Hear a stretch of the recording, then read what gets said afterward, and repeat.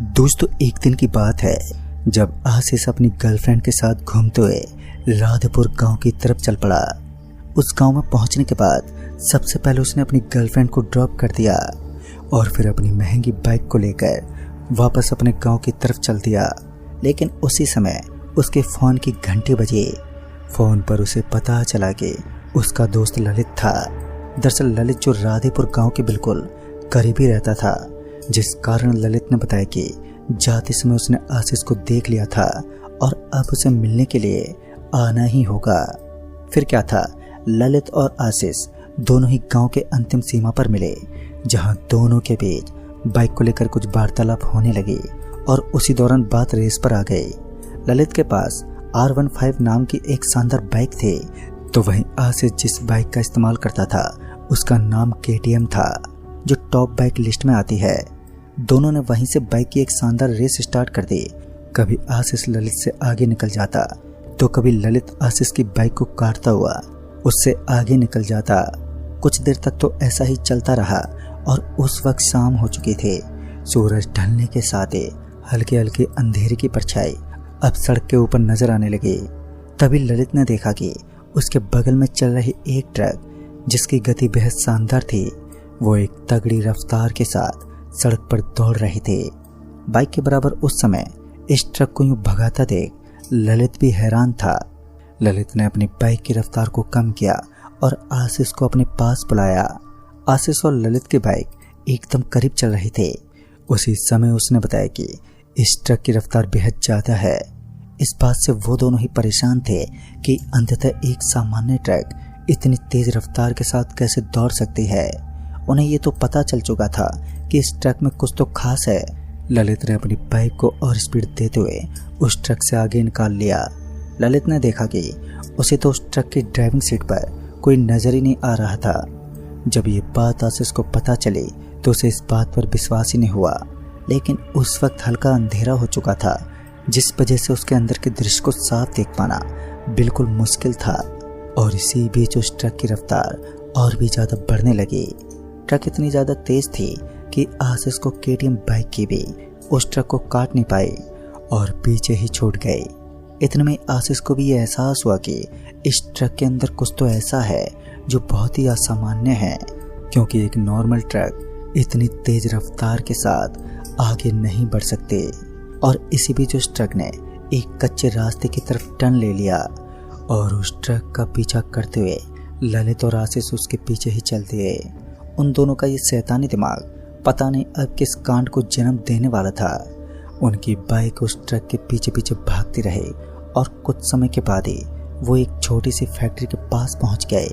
शायद वो रसगुल्लों की बड़ी सी फैक्ट्री थी और उस फैक्ट्री के करीब पहुंचने के बाद उस ट्रक का ब्रेक लगा। ट्रक का ब्रेक लगने की वजह से उसके अंदर कुछ हलचल सी होने लगी। ऐसा प्रतीत हो रहा था मानो ट्रक के अंदर से कोई नीचे उतर रहा है। फिर आशीष ने देखा कि ट्रक का दरवाजा खुला है, लेकिन ताजुब तो इस बात का था कि कोई नीचे नहीं उतरा। बाद में जब आशीष ने ठीक से ध्यान दिया तो उसे पता चला कि उसके बगल में बनी रसगुल्लों की वो विशाल सी फैक्ट्री काफी पुरानी है और शायद अब वो बंद हो चुकी है। और साथ ही उस फैक्ट्री के अगल बगल में बनी कच्ची सड़क के ऊपर भी कुछ अजीब अजीब चीजें गिरी हुई थी, जिससे ये साफ साबित हो रहा था कि ये जगह वीरान है।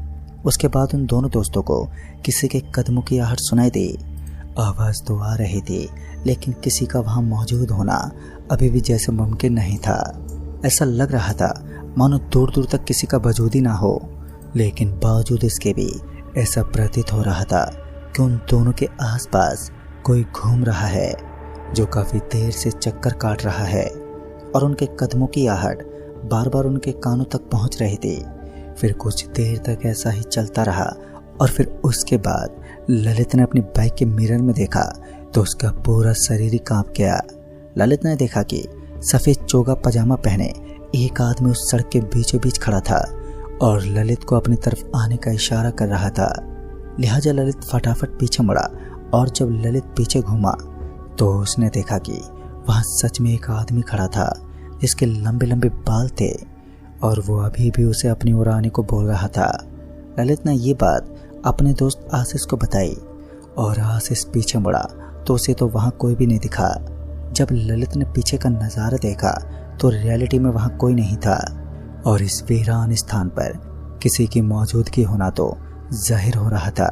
लेकिन पता नहीं आज उनके साथ इतना अचंभित दृश्य क्यों हो रहा था।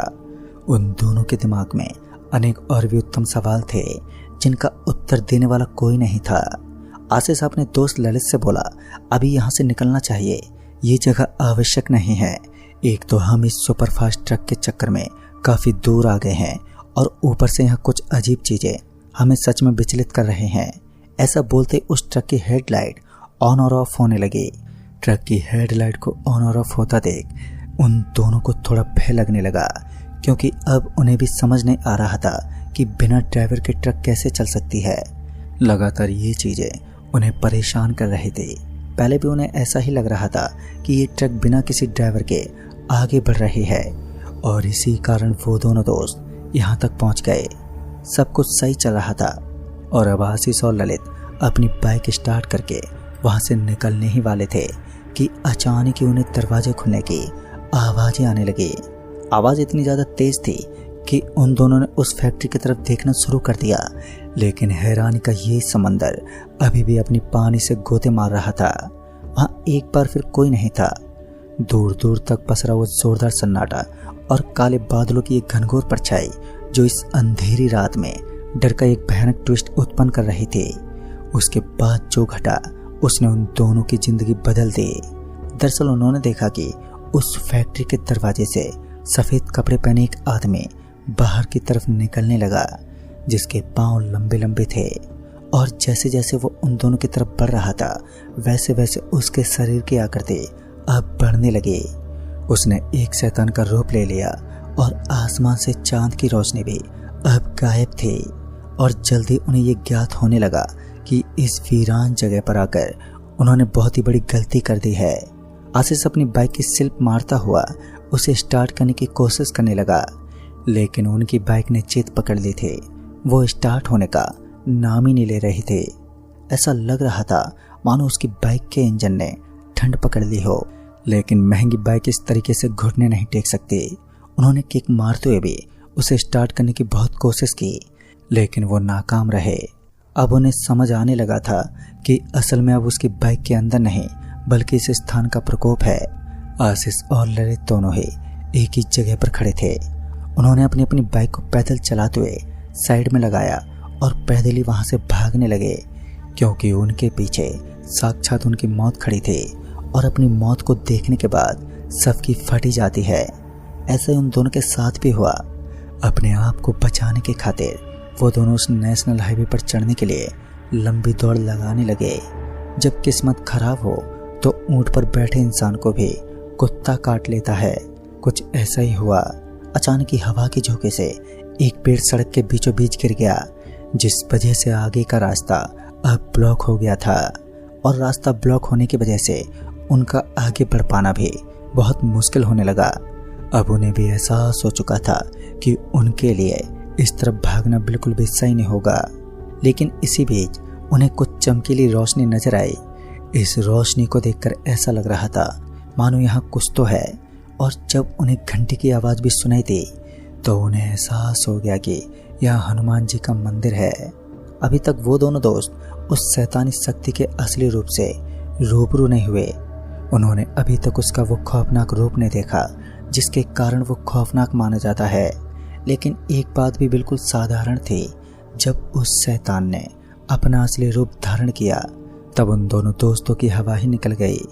उन्होंने देखा कि उसके लंबे लंबे विशाल दांत और उसका फटा हुआ जबड़ा कयामत का एक ऐसा तूफान खड़ा करने में पूरी तरह से सक्षम था जो हर इंसान को डर के समुद्र में धकेल दे। उस वक्त उन दोनों के अंदर भी कुछ ऐसा ही था। उन्हें भागने का कोई रास्ता भी नहीं दिखा और सामने का दृश्य एकदम साफ था, तो वहीं पीछे की तरफ उन राक्षसों से भरपूर खौफ का रूप था। यानी कि एक तरफ कुआं तो दूसरी तरफ खाई। दोनों दोस्तों को समझ ही नहीं आ रहा था कि अब उन्हें किस दिशा में भागना चाहिए और अपनी जिंदगी बचाने के लिए कौन से रास्ते को आजमाना चाहिए। ऊपर की तरफ नजर आने वाले वो मंदिर उनसे काफी दूरी पर था। फिर उनकी तरफ वो ट्रक बढ़ने लगी जो अपनी सुपर स्पीड से उन्हें हताश करने वाले थे। उस ट्रक को अपनी तरफ आते देख उन दोनों की मौत का पहला नज़ारा उन्हें देखने को मिला, क्योंकि आशीष और ललित दोनों इस बात को अच्छे से जानते थे कि इस ट्रक से बचकर भागना उनके लिए नामुमकिन था। लिहाजा वो दोनों उस सड़क के बगल में मौजूद जंगल में भटकने लगे और काफ़ी देर तक इधर उधर भटकने के बाद वो उस जंगल के एक ऐसी जगह पर पहुंचे जहां पर एक कुटिया बनी हुई थी। देखने में ऐसा लग रहा था मानो ये बेहद पुरानी कुटिया हो। उस कुटिया के अगल बगल में कुछ फूल भी बिखरे हुए थे, जिन्हें देखकर ये अंदाजा लगाना बेहद आसान था कि यहाँ भगवान की पूजा की जाती थी। दोनों दोस्त पूरी रात वहीं रुके रहे और तब जाकर उन्हें उस हैवानी शक्ति के चुंगल से बचने का एक रास्ता मिला। पूरी रात वहीं बिताने के बाद जब सुबह दोनों दोस्त अपनी बाइक के पास पहुंचे तो वो पहली बार में स्टार्ट हो गई। और इस घटना का वर्णन करने के बाद एक शख्स ने बताया कि सालों पहले एक ट्रक ड्राइवर का एक्सीडेंट हुआ था, जो अपने खौफ के अखरोट के साथ अपनी ट्रक लेकर आज भी उसी हाईवे और उस काली सड़क पर भटकता है। कहते हैं कि आज तक उस बेचारे को मोक्ष की प्राप्ति नहीं हुई, जिस वजह से उसकी आत्मा वहीं पर भटकती है। आप एक सुरक्षित स्थान पर पहुंच गए, अन्यथा आपके साथ भी कुछ ऐसा होता जो वाकई अकल्पनीय होता है। दोस्तों, एक बात भी सत्य है, जिस इंसान की सुरक्षा स्वयं भगवान करता है उस इंसान को कुछ नहीं हो सकता। और भगवान की सुरक्षा और अपनी बुद्धि की क्षमता पर आशीष और ललित अपनी जान बचाकर तो निकल गए, लेकिन उस दिन के बाद उन्होंने अपनी जिंदगी में कभी भी ना ही तो इस तरीके की हरकतों को अंजाम दिया और ना ही वो किसी ऐसे स्थान पर जाने की बात करते हैं जहां पर सन्नाटे के साथ साथ अंधेरे की काली चादर लिपटी हुई हो। और ऐसा करना उचित भी है। इंसान अपनी जिंदगी में एक गलती करने के बाद जब वो सुधार करने लगता है तो फिर वो चीज़ उसकी जिंदगी का सर्वश्रेष्ठ नियम होता है। तो दोस्तों, इस कहानी में बस इतना ही। तब तक के लिए बाय एंड टेक केयर।